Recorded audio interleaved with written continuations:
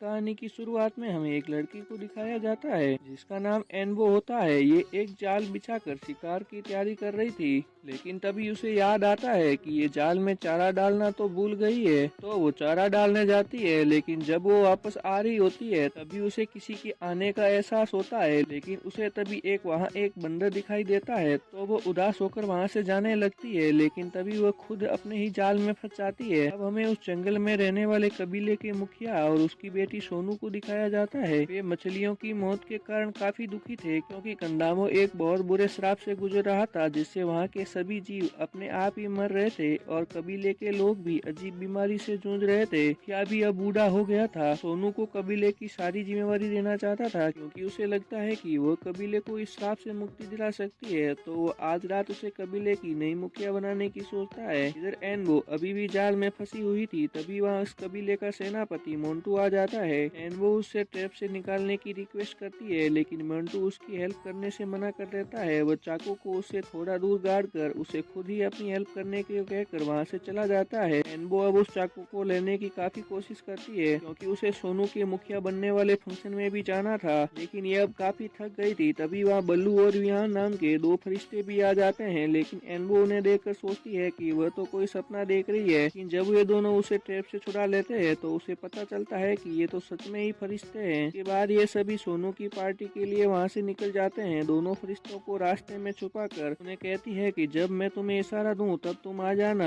इधर सोनू भी एनबो के न आने से काफी अपसेट थी। अब इसके पिता उसे हार पहना कर मुखिया का दर्जा दे देते हैं। तभी एनबो भी वहाँ आ जाती है। इसे देख सोनू बहुत खुश होती है। सोनू को नाराज देखकर एनबो कहती है कि वो उसके लिए एक स्पेशल गिफ्ट लाई है। वो उन फरिश्तों से मिली है जो कई साल पहले शराब के कारण कंदाबो छोड़कर चले गए थे। एनबो ने आवाज देती है, लेकिन वो फरिश्ते वहाँ से चले गए थे। तभी कबीले वाले एनबो पर हंसने लगते हैं। एनबो भी खुद को शर्मिंदा होता देख वहाँ से चली जाती है, लेकिन तभी उसे वे दोनों फरिश्ते वापस मिल जाते हैं। एनबो इन पर काफी गुस्सा होती है, लेकिन ये एनबो को बताते हैं कि इस जंगल और सभी कबीले वालों की इस हालत का जिम्मेवार जॉन नामक एक डीमन है और इसी के शराब के कारण ये सब मर रहे हैं। ये एनबो को शराब को तोड़ने का राज भी बताते हैं। वो कहते हैं कि इस जंगल में एक ऐसा पेड़ है जिसको उसे पूरी तरह नष्ट किया जा सकता है, परंतु उन्हें उस पेड़ की लोकेशन नहीं पता है। लेकिन ये कछुआ है जिसे सभी लोग लोको मामा के नाम से जानते हैं, उसे इस पेड़ की लोकेशन का पता है। यह सब सुन एनबो सोनू के पास जाती है और उसे सारी बात बताती है। सोनू एनबो की बात पर विश्वास नहीं करती है। वो एनबो से कहती है कि वो इस कबीले को छोड़कर कछुओं को ढूंढने के लिए बाहर नहीं जा सकती है। इससे एनबो काफी दुखी हो जाती है। तभी उसकी नानी माँ वहाँ आ जाती। वो एनबो पर काफी विश्वास करती है। वो कहती है कि तुम बहुत साफ दिल की और खास भी हो, क्योंकि तुम्हारी माँ को भी तुम्हारी तरफ रिश्ते दिखाई देते थे। ये सुन एनबो अपनी माँ के बारे में नानी से और बताने को कहती है, लेकिन नानी माँ उसे बाकी बातें कल बताने को कहकर उसे सुला कर चली जाती है। लेकिन सुबह वह सोनू के पास जाती है और सोनू को अपनी नानी माँ से अपने माँ के बारे में पूछने की रिक्वेस्ट करती है। तो सोनू उसकी नानी के पास आती है, लेकिन उन्हें पता चलता है कि वो अब इस दुनिया में नहीं है। तभी कबीले का सेनापति मोन्टू भी वहाँ आ जाता है। एनबो और उसके फरिश्तों को इस मौत का जिम्मेदार बताता है। एनबो इससे काफी दुखी होकर वहाँ से चली जाती है, लेकिन मोन्टू अपनी सेना को एनबो के पीछे पकड़ने को कहता है, लेकिन सोनू उसे ऐसा करने से मना करता है, परंतु मोन्टू उसे इग्नोर कर वहाँ से चला जाता है। फिर एनबो एक पेड़ के नीचे बैठकर रोने लगती है। तभी वहाँ एक कछुआ आ जाता है, जिसे देखकर उसे लोको मामा की याद आती है। तो वो लोको मामा कछुए को ढूंढने के लिए निकल जाती है। काफी रात बीतने पर एनबो को भूख भी लगने लगी थी, तो वो एक पेड़ से कुछ फ्रूट तोड़ने लगती है, लेकिन पेड़ पर बैठे सारे चमगादड़ उस पर हमला कर देते हैं और उसे पकड़कर वहाँ से ले जाने लगते हैं। वो एनबो को मारते उससे पहले वे दोनों फरिश्ते एनबो को बचा लेते हैं। एनबो उन्हें अपनी नानी माँ की मौत की बात बताकर रोने लगती है। इधर मोन्टू उन्हें जंगल में ढूंढ रहा होता है। उसे जंगल में एनबो की एक तीर मिल जाती है, जिससे उसे पता लग जाता है कि एनबो इसी रास्ते से आगे गई है। इधर सोनू अपने पापा से मोन्टू की शिकायत करती है और कहती है कि वो सेना लेकर एनबो को मारने के लिए उसके पीछे गया है और आपको किसी तरह मोन्टू को रोकना होगा। ये कहकर सोनू दो सिपाहियों के साथ एनबो को ढूंढने के लिए निकल जाती है। इधर तीनों चलते चलते काफी समय बीत जाता है और अब उन्हें भूख भी लगने लगी थी, तो एनबो तीर से फल तोड़ने के सोचती है, लेकिन उसे पता चलता है कि उसके सारे तीर तो रास्ते में ही गिर गए हैं। तब विवान उसे घास का तीर बनाकर देता है, तो एनबो देख कर कहती है कि इस घास के तीर से तो कोई फल कैसे तोड़ सकता है। तो विवान उसे फल तोड़कर बताता है और कहता है कि हमें कभी खुद पर से विश्वास नहीं खोना चाहिए, हम अपने विश्वास से कोई भी काम कर सकते हैं। अब ये खाना खाने के बाद महान नदी की ओर निकल जाते हैं। अभी उन्हें जंगल में से निकलता हुआ धुआं दिखाई देता है, पर वो असल में डीमन जॉन होता होता है तो वो दोनों फरिश्ते वहाँ से उल्टे पांव भाग जाते हैं। लेकिन एनबो देखती है कि कुछ लोग जंगल में खुदाई कर रहे हैं और तभी उसे एक आदमी दिखाई देता है। वो सभी उस आदमी को डीमन के वश में थे। एनबो गौर से उसकी आंखों में देखती है तो भी उसके वशीकरण में आने लगती है। तभी विवान उसे बचाकर भगा ले जाता है। डीमन भी उन्हें पकड़ने के लिए पीछे भागता है तो वो डीमन से बचने के लिए एक नदी में कूद जाते हैं। लेकिन तभी एनबो को पीछे से कोई उठा कर ले जाता है। दरअसल वो उसका सेनापति मोंटू होता है जो उसे मारना चाहता है, क्योंकि उसे लगता है कि ये सब कुछ उसी की वजह से होता है और उसकी मौत के बाद सब कुछ ठीक हो जाएगा। लेकिन तभी वो पेड़ हिलने लगता है और वो दोनों अलग अलग जमीन में और पानी में गिर जाते हैं। एनबो जब खड़ी होती है तो उसे फिर से वो कछुआ दिखाई देता है तो एनबो उस कछुए के पीछे पीछे एक अजीब सी गुफा में आ जाती है जहाँ उसे वो लोको मामा बड़ा सा कछुआ मिल जाता है। तो वो उससे श्राप को तोड़ने के पेड़ के बारे में पूछने लगती है तो लोको मामा बताते हैं कि वो पेड़ तो वही है जहाँ तुम हमेशा दुखी होने पर जाकर बैठ जाती हो और वो तुम्हारी माँ की आत्मा है। तुम्हें उस पेड़ की जड़ को आसमानी पत्थर से बने चाकू से काटना होगा। तो एनबो उनसे चाकू के बारे में पूछती है तो वो बताते हैं कि वो प्लाजो की ऊंची चोटी पर है और प्लाजो को मीठा खाना बहुत पसंद है और जाते वक्त उसके लिए मीठे पत्तों का पेड़ जरूर देकर जाना। उसके बाद एनबो प्लाजो को ढूंढने के लिए निकल जाती है, लेकिन काफी समय रेगिस्तान में चलने पर वो बेहोश हो जाती है। फिर वो फरिश्ते उसे वापस होश में लाते हैं। इसके बाद एनबो फरिश्तों को लोको मामा की सारी बातें बताते हैं। इसके बाद वे तीनों एक गाड़ी बनाकर मीठे पेड़ वाले पत्ते को लेकर प्लाजो की चोटी के लिए निकल जाते हैं। फिर हमें सोनू को दिखाया जाता है जिसे वो डीमन के वश में किया हुआ आदमी और मोंटू मिलते हैं जो साइंटिस्ट भी था, जो सोनू से कबीले वालों को ठीक करने की दवाई के बारे में बताता है। वो दवाइयों के बदले में सोने की मांग करता है। इस पर सोनू मान जाती है और वे कबीले की तरफ निकल जाते हैं। इधर वे तीनों कई मुश्किलों के बाद भी प्लाजो की ऊंची चोटी पर पहुंच जाते हैं जहां एनबो प्लाजो से लोको मामा की और अपने समस्या के बारे में बताती है, साथ ही उस आसमानी पत्थर के बारे में पूछती है। पहले तो प्लाजो उल्टी सीधी बातें करता है, लेकिन जब वो मीठे पत्तों वाले पेड़ को देखता है तो वो काफी खुश होता है। एनबो को आसमानी पत्थर से चाकू बनाकर देता है। तभी वो चोटी हिलने लगती है क्योंकि वह ज्वालामुखी फटने वाला होता है और चोटी के पत्थर गिरने से वापस जाने का रास्ता भी बंद हो जाता है। तब एल्बो प्लाजो से उसका पंख मांगती है और बदले में उसे मीठे पत्तों का पेड़ लाने का प्रॉमिस भी करती है। प्लाजो उसे पंख दे देता है। वो पंख को बल्लू के ऊपर लगाकर ऊंची चोटी पर आ जाते हैं। अब वे तीनों पंखों पर बैठकर वहां से जाने की कोशिश करते हैं, लेकिन बल्लू के ज्यादा वजन होने से वो पंख टूट जाता है। बल्लू उन दोनों को पंखे से वहां से जाने को कहकर उन्हें वहां से धक्का दे देते हैं। इससे वे दोनों सीधा उस पेड़ तक पहुंच पाते हैं जहाँ एनबो खेला करती थी। अभी बल्लू भी वेपर्स की मदद से वहां पहुंच जाता है। फिर एनबो पेड़ की जड़ को उस चाकू से काटने जाती है। तभी सोनू वहां आ जाती है और कहती है कि अब इसकी कोई जरूरत नहीं है क्योंकि एक आदमी अपनी दवाइयों से सब कुछ ठीक कर देगा और उसने मेरे पापा को भी ठीक कर दिया है। ये सुनकर एनबो सोनू के साथ चली जाती है। वहाँ एनबो उस आदमी को देखकर काफी डर जाती है और वहाँ से भागने लगती है। सोनू उसे रोक कर पूछती है कि क्या हुआ है, तो एनबो कहती है कि वो एक आदमी है जो डीमन के वश में है। लेकिन सोनू हमेशा की तरह एनबो की बातों पर विश्वास नहीं करती है। इधर मोंटू को भी उस आदमी को देखकर उसकी असलियत का पता चल जाता है तो वो भागकर एनबो के पास जाता है और एनबो से अपने किए हुए के बारे में माफी मांगता है और उसे पता चल जाता है कि ये फरिश्ते और एनबो सच में सब कुछ ठीक करने की कोशिश कर रहे थे। फिर ये मिलकर पेड़ की जड़ को काटते हैं जिससे एनबो की माँ बाहर आ जाती है और वो उसे मिलकर काफी खुश होती है। फिर एनबो की मॉम अपनी पावर से एक तीर बनाकर एनबो को देती है जिससे वो डीमन को मारा जा सकता है। सोनू और उसके पापा अब डीमन के वश में हो गए थे तो सोनू बाकी लोगों को भी उसके सामने झुकने का आदेश देती है। सभी अपने मुखिया के आदेश की पालना करते हैं। इधर एनबो की माँ भी सोने निकालने वाली सभी मिशनों को रोककर अब उस आदमी के पास आ जाती है और यहाँ हमें पता चलता है कि वो आदमी असल में एनबो के डैडी होते हैं। सुनकर डीमन को काफी गुस्सा आता है और वो अपनी रुसली रूप में आकर के सोनू को उठाकर मशीनों की तरफ चला जाता है। ये देख सभी लोग सोनू को बचाने के लिए डीमन के पीछे जाते हैं। इधर एनबो भी उस मैजिकल तीर से डीमन को मारने की कोशिश करती है, लेकिन वो उसे अपने डैड समझकर मार नहीं पाती है। तभी उसकी माँ वहाँ आ जाती है और उसे समझाती है कि वो अपने डैड को नहीं बल्कि उनके अंदर मौजूद डीमन को मार रही है। ये सुनकर एनबो डीमन पर तीर चला देती है जिससे वो डीमन मर जाता है और इसके बाद उसके डैड भी असली रूप में आ जाते हैं जिससे वो मिलकर एनबो काफी खुश होती है। इसके बाद एनबो के मॉम और डैड दोनों वापस उस पेड़ में समा जाते हैं और यहीं अब डीमन के खत्म हो जाने के कारण वो श्राप टूट जाता है और पूरा कमांडो वापस से खुशहाल हो जाता है और यहीं पर इस मूवी की एंडिंग हो जाती है।